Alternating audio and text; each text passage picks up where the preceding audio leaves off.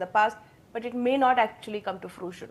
In fact, we have seen Israel flatten out all kinds of civilian infrastructure as well in southern Lebanon to make sure that people do not even have the chance of going back. But ma'am, we have some more information coming our way from the ground, where Hungary's newly elected Prime Minister who is Peter Magyar, he said that Israeli Prime Minister Benjamin Netanyahu would be arrested if he enters Hungary. He is citing international legal obligations. So, ma'am, obviously this has come to haunt Benjamin Netanyahu again. The charges of war crimes and crimes against humanity that were conducted in Gaza, these are the charges against him by the International Criminal Court, and this has come to haunt him again if he steps foot in Hungary. The new official, the newly elected Prime Minister is saying that he will arrest Benjamin Netanyahu. How do you look at this statement that is coming in? That's a consequence of what Hungary, the new the Prime Minister is going to enact in terms of policy.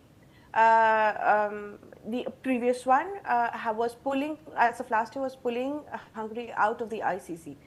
And this one has put a halt to those processes and have started, and therefore Hungary remains a signatory to ICC and has to implement the laws where Netanyahu will, as a person charged of criminal acts internationally, will have to be arrested and be answerable to ICC. So will the Russian President Putin. So this is something that all signatories of ICC will have to are bound by law and policy and oath and ethics supposed. But he seems to be, ma'am, the only one who is willing to follow it. Well, we have another piece of information. Most of it is optics. Believe me, most of it is optics to please the people who have voted him into power, rather than actually take on a giant enemy like Israel. Israel might be small in terms of land occupied, but it has a large amount of monetary power and push behind it. Nobody really wants them as an enemy out and Absolutely, absolutely. In fact, we have some more information coming our way, ma'am. US President Donald Trump has said that the ongoing US blockade is putting strong economic pressure on Iran. The statement comes amid continued efforts to isolate Tehran economically as tensions persist over regional security and diplomatic negotiations. Ma'am, just a quick answer on, do you believe that the blockade really is going to affect Iran economically as claimed by US President Donald Trump?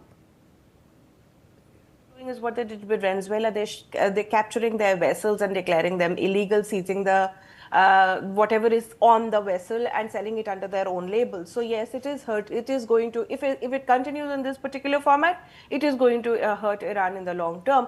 As of now, the blockade itself, the blockade is not harming any other nation. There have been more than 20, at least on the 18th of April, from what reports I know of, have crossed through the Strait of Hormuz and have gone to their home destinations without either of the two parties actually managing to damage international trade.